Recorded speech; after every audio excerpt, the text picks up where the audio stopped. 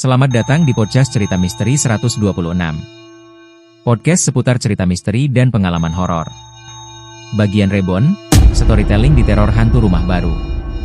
Dikisahkan jauh sebelum rumah yang Mbak Melati tinggali bersama keluarga, sebelumnya rumah tersebut sudah pernah ditinggali oleh keluarga lain. Hingga akhirnya keluarga itu pun memutuskan untuk pergi dan pindah rumah. Menurut cerita yang beredar dari warga sekitar rumah yang Mbak Melati tinggali, dahulu kala rumah tersebut dibangun tidak jauh dari area pemakaman keluarga. Namun seiring berjalannya waktu makam tersebut akhirnya dipindahkan oleh keluarga karena tanah sekitar akan dibangun sebuah perumahan.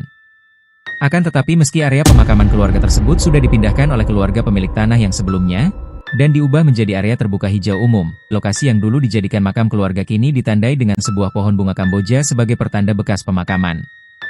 Setelah mengetahui seluk-beluk dan asal-muasal tempat yang sekarang menjadi deretan rumah yang salah satu ditempati Mbak Melati dan keluarga. Sekarang kita kembali ke cerita di mana kejadian selanjutnya setelah Mbak Melati mengalami pingsan dan tak sadarkan diri. Singkat cerita setelah itu suami Mbak Melati pun pulang, namun aneh tidak terdengar suara Mbak Melati menjawab yang ada justru suara anaknya yang kini mulai menangis. Panik dengan hal tersebut akhirnya tanpa pikir panjang kini suami Mbak Melati mulai mendobrak pintu.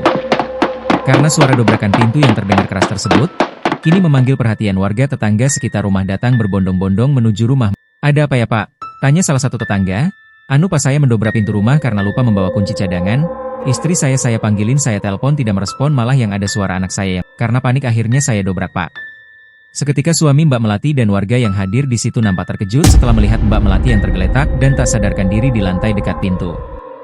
Singkat cerita keesokan harinya setelah mengalami kejadian tersebut, serta mendengarkan cerita dari para tetangga akhirnya Mbak Melati dan keluarga memutuskan untuk pergi dan pindah dari rumah tersebut dan mencari tempat tinggal yang baru.